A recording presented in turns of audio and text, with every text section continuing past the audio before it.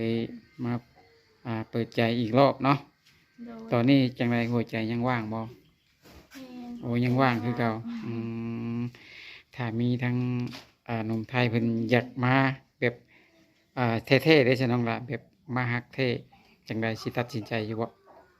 โดยขอไปเที่ยวคุณวัวตัวนะโดยเพียงเพิ่นบ่ตัวก็ถือว่าคบกันไปอีกเนาะน้องเนาะตอนนี้ก็ทักทายเข้ามาหลายคนอยู่เนาะแต่ก็ว่ายังน้องมีนายังบ่ทันตัดสินใจโดยโดยก็คุยกันไปเบื้องก่อนเนาะแบบนี้บ่คุยกันไปเบื้องก่อนยังบ่ทันตัดสินใจว่าจะแน่นอนว่าซั่นซะเนาะส่วนใหญ่สิเป็นคนไทยเนาะน้องเนาะเป็นได้คือว่าชนีแดงข้างในมีแต่หนุ่มไทยมาจีบเนาะก็บ่มีหยังหลายแต่น้องมีนายได้ถามน้องซ้ำนี่เนาะก็อยากฮู้เนาะอยากฮู้ว่าตอนนี้กับน้องมีนาหัวใจยังว่างประมาณนี้เนาะว่างเนาะน้องเนาะโอ้ถ้าหนุ่มไทยหนุ่มใสก็ได้แต่เนาะถ้าอยากทักทายเข้ามาได้หรือว่าจะจริงใจก็ทักทายเข้ามาหาน้องมีนาได้เนาะแต่ต้องคนจริงใจเท่านั้นเนาะน้องมีนาถึงจะฮับแม่นบ่โอ้โดยกระทำเรื่องฮับน้องมีนากะอายุสำไหนน้องละเจ้าฮับขึ้นได้50 หรือว่า40 ต่อ 50เนาะถ้าว่าแบบเก่งๆเลยน้องมีนา40 50แม่นบ่โดย60นี่ได้บ่น้องละ60นี่ไม่สิหลายเกินไปเนาะ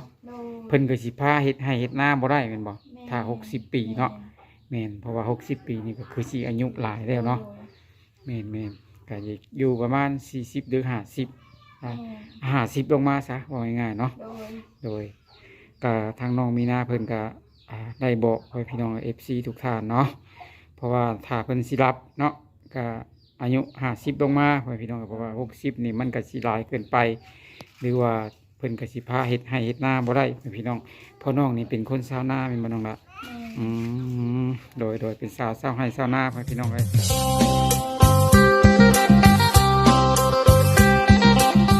สบายดีและสวัสดีพ่อแม่พี่น้อง FC กันเบิดสุคนหรือว่าสิเป็น FC ทางฝั่งไทยฝั่งลาวต่างประเทศก็ยินดีต้อนรับเข้าสู่ช่อง YouTube บ่าวจันรายการหักขามโคงอีกแล้วพ่อแม่พี่น้องเอ้ยโดยกลับมาพบมาพอกันอีกคือเก่าคือเดิมเนาะเติมพลังทุกครั้งที่บ่าวจันมาถ่ายคลิปก่อนอื่นบ่าวจันก็ขอกราบพ่อแม่พี่น้องฝากกดไลค์กดแชร์กดติดตามกดซับสไครต์ให้บ่าวจันนำเด้อทุกคนเลยขอให้บ่าวจันมีกำลังดังใจทำคลิปต่อไปอีกเนาะโดยมื้อนี้ก็พาทงให้ทงหน้ามาเลยพ่อแม่พี่น้องเพราะว่าทางรถก็ไปมาลำบากพ่อแม่พี่น้องมื้อนี้เนาะก็ใช้เวลาเดินพ่อแม่พี่น้องเรียกว่าเวลาย่างเนาะต้องออกกำลังกายพ่อแม่พี่น้องเลยเดินมาหาทางบ้านของสาวโสดพ่อแม่พี่น้องเลยสาวโสดเพิ่นสื่อเสียงนี่ก็คือสีโด่งดังไปทั่วโซเชียลได้แหละพ่อแม่พี่น้องเลยเนาะก็คือน้องมีนาคนสวยพ่อแม่พี่น้องเลยมื้อนี้เนาะบ่าวจันก็สิมาอัปเดตเรื่องหัวใจเรื่องความฮักของน้องเพิ่นพ่อแม่พี่น้องว่าเพิ่นฮักกับหนุ่มไทยไปฮอดใส่แล้วพ่อแม่พี่น้องตอนที่ว่าฮักรุ่นก่อนๆเนาะมาถือหนึ่งพ่อแม่พี่น้องฮักอกมาเนาะโดยตอนนี้กับน้องมีนาเพิ่นก็มีคนเข้าไปปลอบใจหรือว่าไปรักษาที่แผลอยู่ในใจของเพิ่นแล้วพ่อพี่น้องเลยตอนนี้บ่าวจันก็เดินทางมาอีกคือเก้าแล้วพ่อพี่น้องมื้อนี้บ่ได้เอารถมาพ่อพี่น้องเดินตัดธงมาเลยพ่อพี่น้องเนาะโดยไปติดตามรับชมกันพ่อพี่น้องตอนนี้ก็บ่าวจันก็กำลังสิฮอดครึ่งทางพ่อพี่น้องเนาะฮอดครึ่งทางพ่อพี่น้องตอนนี้ก็เดินไปเรื่อยๆพ่อพี่น้องเมื่อวานนี่ฝนตกเบิดมือเบิดเว้นพ่อพี่น้องเลยเพราะว่าน้ำท่วมทั่วทงหน้าพ่อพี่น้องเลยเพราะว่าท่วมขัวไตเนี่ยเนาะโดยเมื่อวานนี่คิดว่าสิมาอยู่พ่อพี่น้องเพราะว่าย่างก็ย่างบ่ได้พ่อพี่น้องเลยเพราะว่าน้ำท่วมขัวพ่อพี่น้องเลยพ่อพี่น้องเมื่อวานนี่บ่าวจันก็เดินทางไปทางหน้าน้องหวดพ่อพี่น้องเนาะหรือว่าทางหน้าน้องกวงพวกนี้เนาะไปขายสมุนไพรพ่อพี่น้องหรือว่าสิไปขายเรื่องอาหารเสริมพ่อพี่น้องหรือว่าสิไปขายชาลดไขมันเนาะสำหรับสาวๆพ่อพี่น้องเลยหรือว่าสาวๆท่านใดที่โตใหญ่ท้องใหญ่เนาะแข้งขาใหญ่พ่อพี่น้องเลยก็อยากให้บ่าว จันซอยเนาะหรือว่าบ่าวจันก็มีวิธีจะซอยได้พ่อแม่พี่น้องหรือว่าจะให้อ่าจากตัวใหญ่ประมาณ60-70 โลแล้วพ่อแม่พี่น้องเลยเนาะก็ลดเหลือ50 กิโลหรือว่า55 กิโลก็ได้พ่อแม่พี่น้องเลยก็มีเคล็ดลับดีๆมาฝากสาวๆหรือว่าฝากพี่ๆฝากน้องเนาะทุกๆคนแหละพ่อแม่พี่น้องเลยคนที่ว่าอยากลดให้ตัวเด็กพ่อแม่พี่น้องเลยบางคนก็หน้าท้องใหญ่พ่อแม่พี่น้องหรือว่าไขมันได้เนาะเพราะว่าเฮาก็สะสมมาตั้งแต่เด็กๆน้อยๆพ่อแม่พี่น้องบ่เคยว่าสิจะลดจักเทื่อพ่อแม่พี่น้องเนาะหรือว่าบ่เคยไล่บ่เคยขับออกจักเทื่อพ่อแม่พี่น้องตอนนี้บาอาจันก็มีเคสที่ดีๆหรือว่ามีชาดีๆพ่อแม่พี่น้องเลยมาผากแล้วพ่อแม่พี่น้องถ้าพ่อแม่พี่น้องท่านใดสนใจเนาะก็ติดต่อมาทางช่องอ่า YouTube ของบาอาจันได้การหักข้ามโขงได้พ่อแม่พี่น้องเลยบาอาจันก็ยินดีที่จะบริการถึงบ้านเลยพ่อแม่พี่น้องหรือว่าถึงหน้าเฮือนเลยเนาะถ้าพ่อแม่พี่น้องท่านใดเนาะอยากจะมาซื้อเองก็มาได้พ่อแม่พี่น้องกะหานของบาอาจันนี่ก็ตั้งอยู่บ้านโคกใหญ่พ่อแม่พี่น้องเลยก็เลยหาแยกขึ้นมาประมาณ30 เมตรพ่อแม่พี่น้องเนาะก็มีทุกมื้อเลยพ่อแม่พี่น้องหรือว่ามีทุกเวลาเนาะ สาวท่านใดเนาะสนใจเนาะก็ทักทายเข้ามาได้เพื่อนพี่น้องหรือว่าอยากสวยอยากงามอยากหุ่นดีเพื่อนพี่น้องอยากกลับมาเป็นสาวอีกเทื่ออีกเที่ยวเพื่อนพี่น้องเนาะกาบาอาจารย์นี้ก็ยินดีที่จะทำให้เป็นสาวได้อีกครั้งเพื่อนพี่น้องเลยถ้าคนเฮาเนาะหุ่นใหญ่หุ่นอวบเนาะถ้าว่าท้องใหญ่มันก็สิลุงตุงต้วยไปเพื่อนพี่น้องเลยก็สิทำเป็นสาวบ่ได้พ่อแม่พี่น้องเนาะเพราะว่ามันก็สิหุ่นบ่งามประมาณนี้นะพ่อแม่พี่น้องหนุ่มๆท่านใดเนาะแล้วแต่พ่อแม่หนุ่มๆท่านใดก็แล้วแต่พ่อแม่พี่น้อง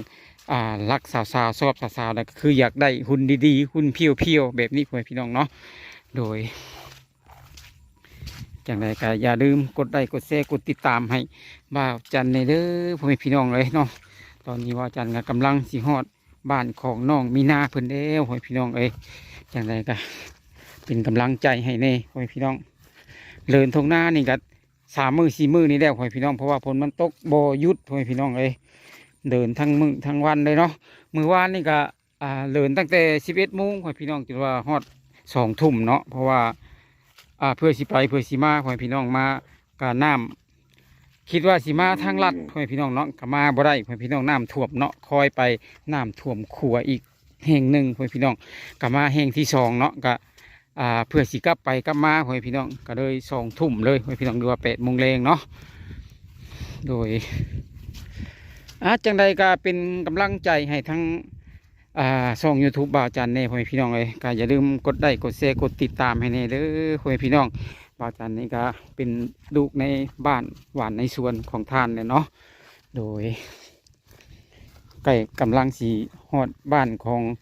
น้องมีนาแล้วเป็นที่เรียบร้อยพ่อแม่พี่น้องเลยยังบ่ทันได้ถึงอยู่แต่ใกล้ๆเนาะยับหม้อจ้อจั่นเข้ามาพ่อแม่พี่น้องเลยตอนนี้ก็วิทย์นานู่นนี่โหลดนี่เนาะพ่อแม่พี่น้องวิทย์โหลดนี่ก็น่าจะถึงเรือนศาลของน้องมีนาเพื่อนพ่อแม่พี่น้องเลยเพราะว่ามื้อนี้เฮามาย่างมาพ่อแม่พี่น้องเนาะโดยก็อยากลำบากแน่พ่อแม่พี่น้องเนาะเพราะว่าย่างมานี่ก็ลำบากหลายพ่อแม่พี่น้อง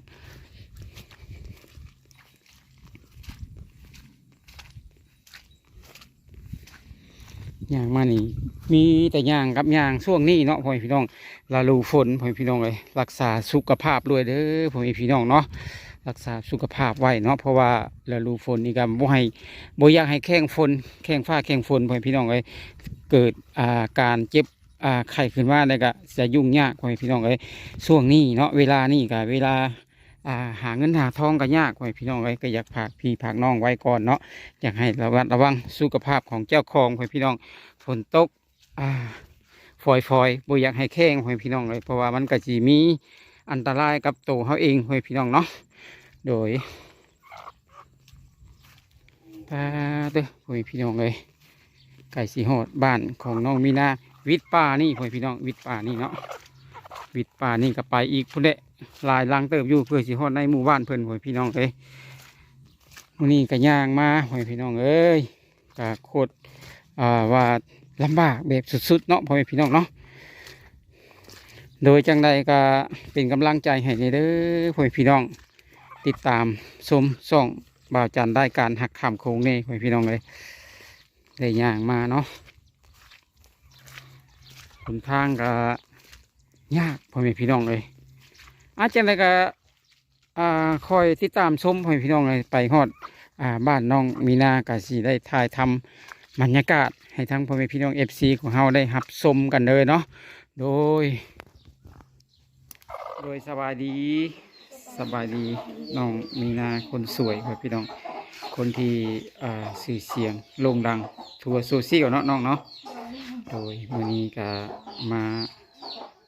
มาลมกันอีกมาคุยกันอีกคือเก่าแหละน้องละเนาะ โดย โดยก็หลังจากที่โดนหนมไทยตัวมาเนาะน้องมีนาเนาะ โดย โดยตัวมาแล้วมาเปิดใจหาคุยกับคนใหม่เป็นอะไรน้องหลานมีคนมาคุยแล้วบ่ เคยมาทักมาหลายอยู่ โอ้ทักมาหลายอยู่ โดยแต่ก็ยังบ่ได้คุยจริงจังเนาะ โอ้ ยามมันตัวอยู่ ยันเป็นตัวอยู่ โดย โดยยังยันเป็นตัวอีกเป็นทั้งละคนทั้งไรน้องหลานทักมา ทางฝั่งไทย โอ้ทางฝั่งไทยอืมกับตอนนี้ก็หลายคนอยู่ทักเข้ามาเนาะ โดย แต่น้องมีนาก็ยังบ่ทันได้ว่าตัดสินใจที่โอ้ลมแม่นบ่ โดย มีเด็กแบบคุยกันแบบเพื่อนๆซื่อ แม่ ๆโดยก็มีอยู่บ่คนที่อยากมาจีบแบบนี้มีบ่น้องละ มีอยู่แต่ก็ยามคนตัว ย่านเป็นตัวอย่างเดียวเนาะเป็นยังไงเป็นตัวได้คิดบ่น้องละ โดย อ๋อคิด หมายถึงว่าตัวนี่ก็เพิ่นยังบ่ได้มาพี่จักเทื่อบ่ ยัง น้องมีนาก็ยังบ่ได้ไปเพิ่นจักเทื่อ โดย โอ้ตัวแค่คุยในโทรศัพท์ โดย เวลาล้มกันแบบนี้ แม่ อืมก็เคยคุยกับเพิ่นมาได้โดนบ่น้องละคนที่ตัวไปนี่ โดนเติบ โดนเติบคิดว่าสิแน่นอนแน่เนาะ โดย สุดท้ายมาเพิ่นก็ตัวไปซื่อ โดย ๆโดยความผิดหวังนี่คือจังไดหายแล้วบ่ตอนนี้ผิดหวัง ก็หายแน่แล้ว หายแล้วดีขึ้นเนาะน้องเนาะ โดย ก็ใครแน่แล้ว ก็เลยมาเปิดใจอีกรอบเนาะ โดย ตอนนี้จังไดหัวใจยังว่างบ่ แม่ โอ้ยังว่างคือเก่าถ้ามีทั้งหนุ่มไทยเพิ่นอยากมาแบบเท่ๆได้ใช่น้องละแบบมาฮักเท่จังใดสิตัดสินใจอยู่บ่ โดยเขาไปเที่ยวคุณวัวตัวอันนั้น โดยเพียงเพิ่นบ่ตัวก็ถือว่าคบกันไปอีกเนาะน้องเนาะตอนนี้ก็ทักทายเข้ามาหลายคนอยู่เนาะแต่ก็ว่ายังน้องมีนายังบ่ทันได้ตัดสินใจ โดย โดยก็คุยกันไปเบื้องก่อนเนาะแบบนี้บ่ แม่ คุยกันไปเบื้องก่อนยังบ่ทันตัดสินใจว่าจะแน่นอนว่าซั่นซะเนาะ โดย ส่วนใหญ่สิเป็นคนไทยเนาะน้องเนาะ แม่ เป็นได้คือว่าชะนีแดงข้างในมีแต่หนุ่มไทยมาจีบเนาะก็บ่มีหยังหลายดอกน้องมีนายได้ถามน้องซ้ำนี่เนาะก็อยากฮู้เนาะอยากฮู้ว่าตอนนี้กับน้องมีนาหัวใจยังว่างประมาณนี้เนาะว่างเนาะน้องเนาะ ว่าง โอ้ถ้าหนุ่มไทยหนุ่มใสก็ได้แต่เนาะถ้าอยากทักทายเข้ามาได้หรือว่าจะจริงใจ โดย ก็ทักทายเข้ามาหาน้องมีนาได้เนาะแต่ต้องคนจริงใจเท่านั้นเนาะน้องมีนาถึงจะฮับแม่นบ่โอ้โดยกระทำเรื่องฮับเนาะน้องมีนากะอายุสำไหนน้องละเจ้าฮับขึ้นได้ อ่ะ50หรือว่า40 ต่อ 50เนาะ โดย ถ้าว่าแบบเก่งๆเลยน้องมีนา40 50แม่นบ่ โดย 60นี่ได้บ่น้องละ60นี่มันสิหลายเกินไปเนาะ โดย เพิ่นก็สิพาเฮ็ดให้เฮ็ดนาบ่ได้แม่นบ่ แม่ ถ้า60 ปีเนาะแม่นเพราะว่า60 ปีนี่ก็คือสิอายุหลายแล้วเนาะ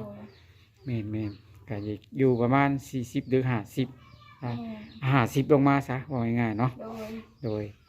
ก็ทางน้องมีนาเพิ่นก็ได้บอกให้พี่น้อง FC ทุกท่านเนาะ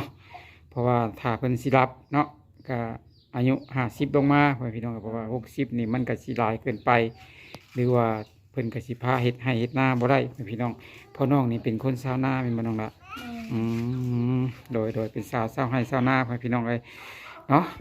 โดยบ่รบกวนนะน้องหนะก็สิได้ถามซ้ำนี้เนาะน้องเนาะ โดย จะสบายดี